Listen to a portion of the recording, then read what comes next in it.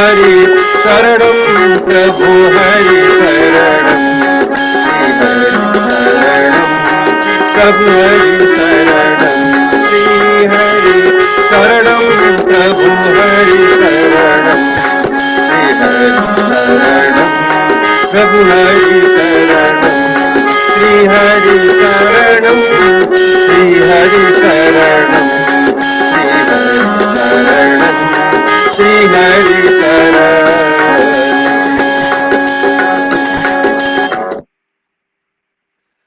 जय श्री कृष्ण, जय श्री हरि। आज श्री हरिवंश पुराण को 184 दिन में आज मैं नए अध्याय शुरू करने जा रहा हूं। एक विंशत्यधिक शतमो अध्याय प्रारंभ करने जा रहा हूं। इसमें आज हम अनिरुद्ध के अपहरण के अनिरुद्ध के अपहरण से रनिवास में शोक, श्री कृष्ण और यादवों की चिंता, गुप्तचरों की नियुक्ति और उनकी विफलता, नारद जी का आगमन और अनिरुद्ध का समाचार निवेदन, श्री कृष्ण के द्वारा गरुड़ का आवाहन, गरुड़ द्वारा श्री कृष्ण की स्तुति और श्री कृष्ण का शोणितपूर्वक प्रस्थान।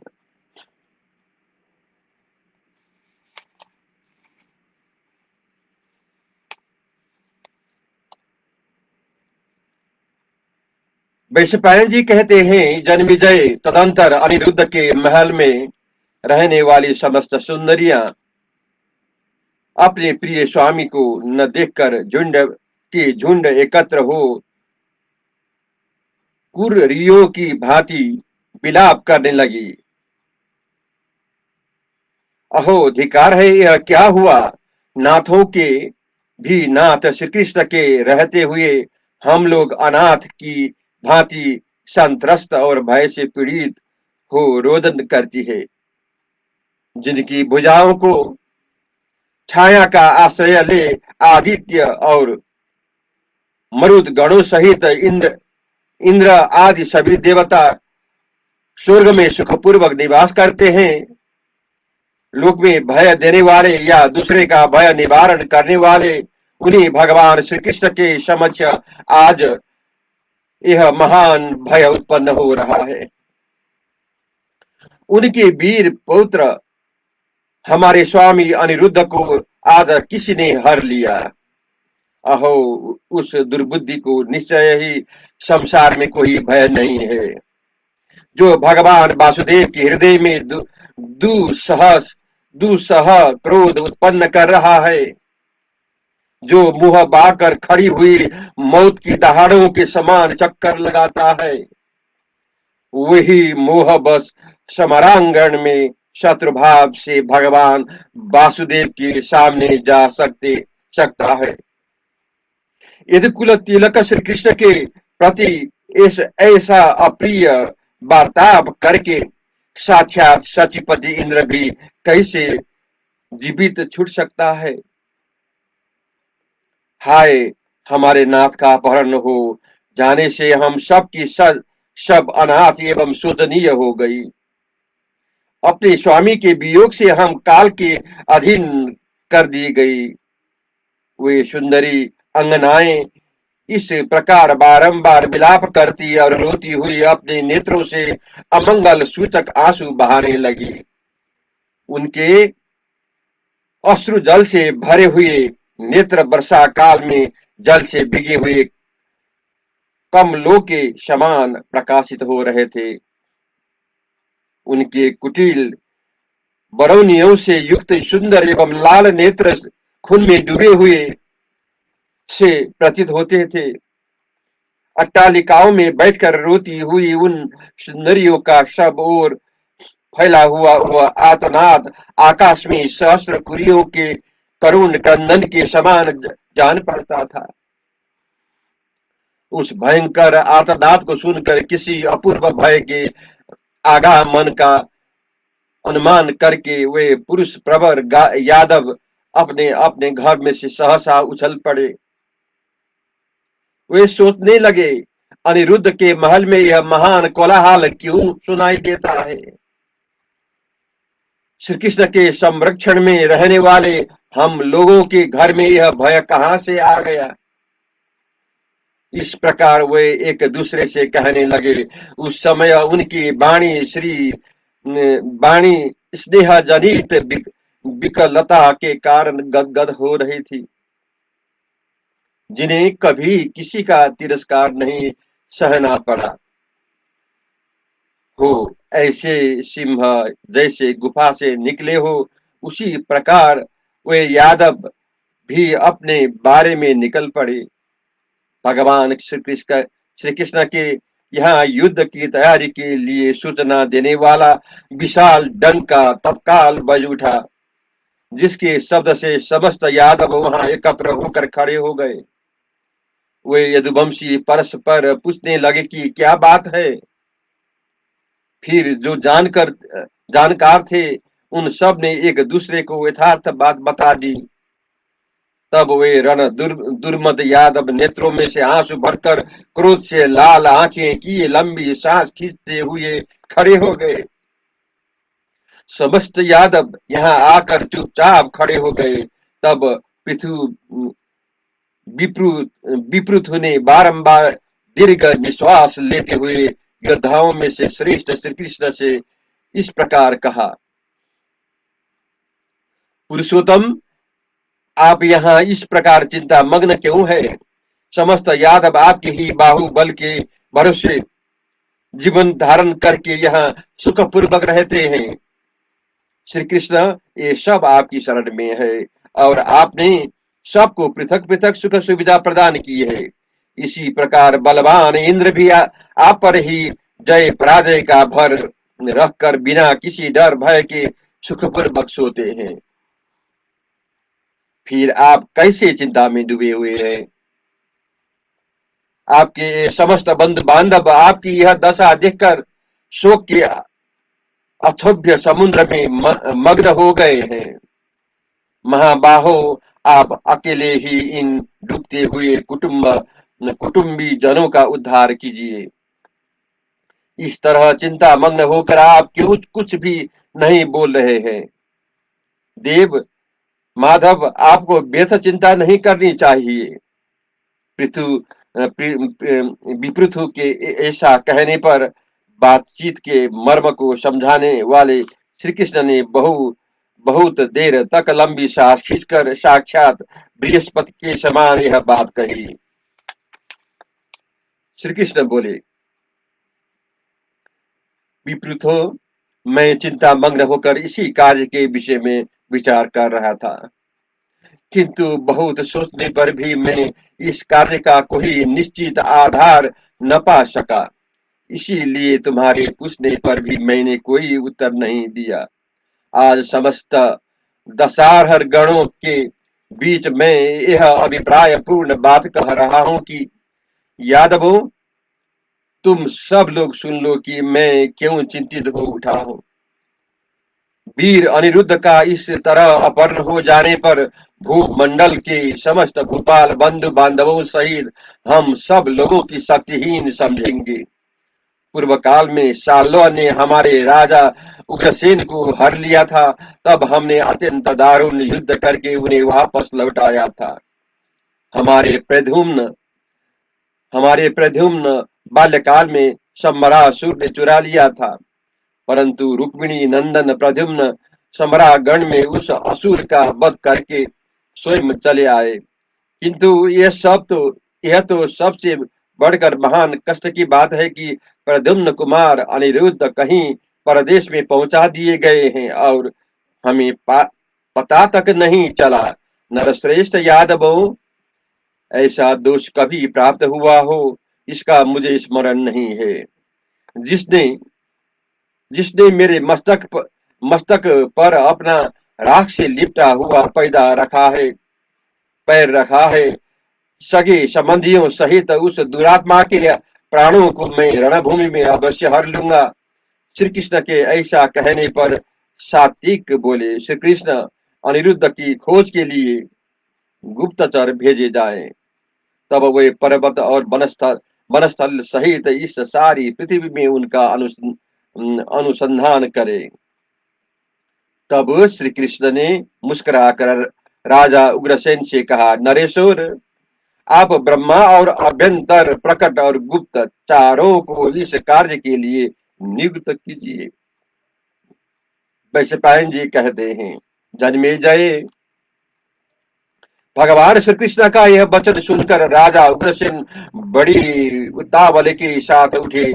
उन्होंने अनिरुद्ध की खोज के लिए तत्काल प्रकट एक गुप्तचर नियुक्त कर दिए। यशस्वी भूपाल महा महामना उग्रसेन ने चारों को नियुक्त करके उनके लिए घोड़े और रथ भी दे दिए तथा आज्ञा दी कि तुम लोग भीतर बाहर सब और अनिरुद्ध को ढूंढो। घोड़ों पर सवार हो शीघ्रता पूर्वक जाकर वेणुमान, लता, बिष्ट, रैवतक तथा ऋक्षक पर्वत पर उनको खोज करो। वहां का एक एक उद्यान और जंगल झाड़ी छान मारो। उद्यान में सब ओर बिखट के चले जाना।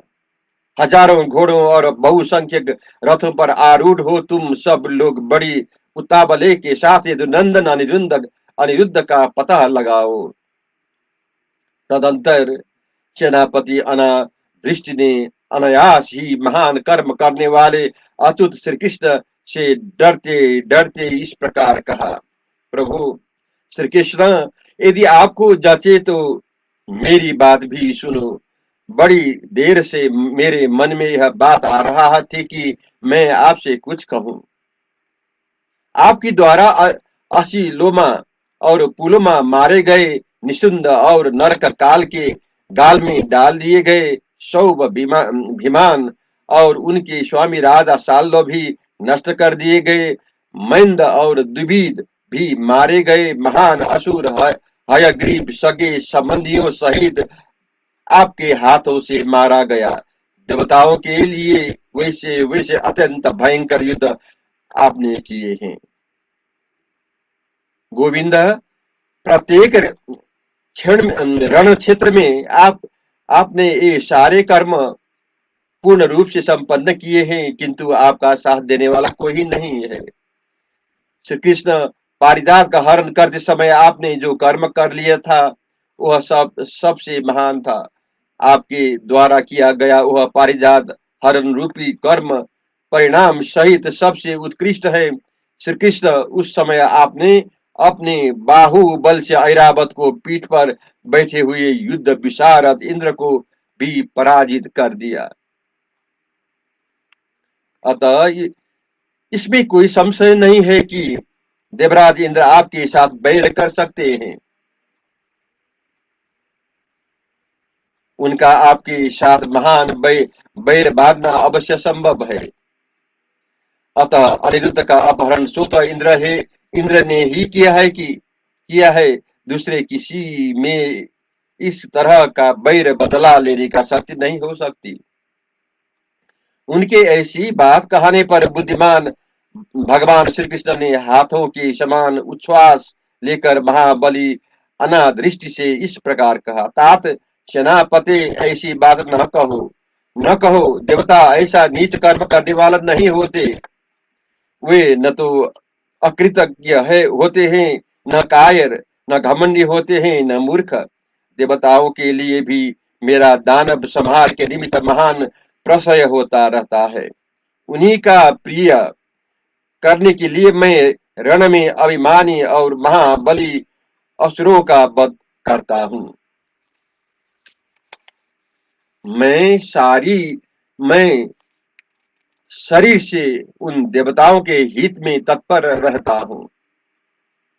मन में उन्हीं का हित चिंतन करता हूँ। उन्हें भक्ति भाव रखता हूँ और उन्हीं का प्रिय करने में लगा रहता हूँ।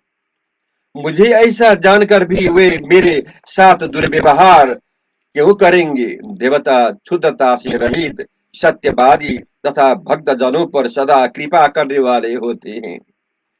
उनमें पाप नहीं हो सकता। तुम विवेक शून्य होने के कारण उनके संबंधों में उपयुक्त बात कह रहे हो।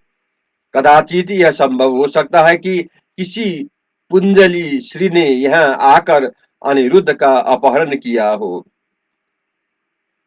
इंद्र सहित देवताओं में से किसी के द्वारा ऐसा कर्म नहीं बन सकता।